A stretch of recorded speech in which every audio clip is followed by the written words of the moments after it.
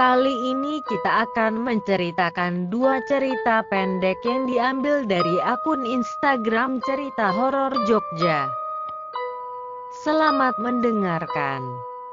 Cerita pertama, genset mati mendadak. Kisah ini dialami, sebut saja Sugi. Sugi sudah bekerja sebagai operator mesin diesel genset selama bertahun-tahun. Ia berkeliling dari desa ke desa lain, dari acara ke acara lain untuk menyewakan mesin diesel genset. Karena penyewaan diesel di tempat Sugi bekerja, sudah dikenal mempunyai jaminan bagus.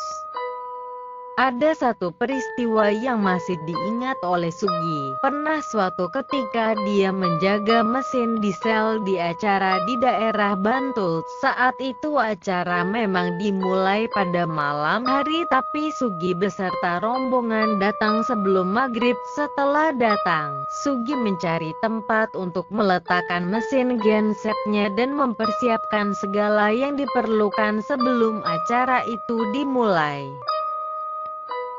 Setelah selesai mempersiapkan gensetnya, ternyata ada seorang warga yang ingin berbicara kepada Sugi.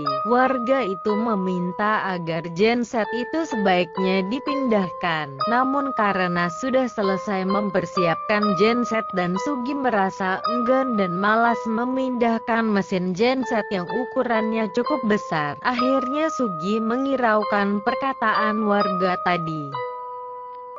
Namun tak berselang lama, tiba-tiba lampu padam. Sontak para warga yang akan menyaksikan acara tersebut berteriak, "Genset, genset!" Sugi pun bingung, kenapa genset tidak hidup. Dia mencoba menyalakan namun tetap saja, genset tidak mau hidup. Lalu, Sugi menanyakan kepada panitia acara tentang warga yang tadi berbicara dengannya saat dia sedang menyiapkan mesin genset sebelum acara dimulai. Beberapa saat kemudian, panitia memanggil warga yang tadi berbicara dengan Sugi. Sebut saja Pak Bagio. Lalu Pak Bagio menghampiri mesin genset itu seraya berkata, "Coba geser sedikit agak jauh dari pohon ini."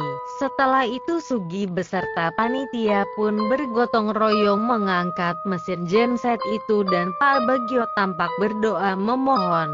"Sudah, coba sekarang dihidupkan," pinta Pak Bagio. Sugi pun mencoba menghidupkan mesin genset itu dan jreng, genset itu pun hidup kembali. Sugi langsung meminta maaf kepada Pak Bagio karena mengacuhkan perkataan beliau. "Sekedar buat pengalaman," jawab Pak Bagio santai. Cerita kedua, kisah ini terjadi di sebuah dusun di daerah Jogja. Kala itu sebut saja Kang Darman adalah seorang yang ahli dalam bermain catur. Bahkan bisa dibilang tidak ada satu warga pun yang bisa mengalahkan Kang Darman dalam bermain catur. Kalau ada paling hanya hasil seri atau remis. Satu-satunya yang bisa bermain dengan hasil remis saat melawan Kang Darman adalah Pak Toha. Pak Toha merupakan warga senior di dusun tersebut. Dia sudah cukup tua, namun bisa mengimbangi Kang Darman dalam bermain catur. Mereka berdua cukup sering melakukan pertandingan dan menjadi tontonan menarik bagi warga, khususnya yang tengah melakukan ronda malam. Sayang, suatu ketika Pak Toha meninggal dunia karena memang usianya yang sudah tua. Tapi hal yang mengejutkan, seperti janjian, beberapa bulan setelahnya, Kang Darman juga meninggal dalam sebuah kecelakaan tunggal. Singkat cerita, Kang Darman juga dimakamkan di satu pemakaman yang sama dengan Pak Toha, namun makam mereka tidak bersebelahan. Pada suatu malam, setelah kematian Pak Darman, salah seorang tetangga sekaligus teman akrab Kang Darman, sebut saja Marno, pulang dari kerja lembur. Untuk sampai ke rumahnya, Marno mau tidak mau harus melewati makam dusun. Namun hal itu sudah biasa baginya.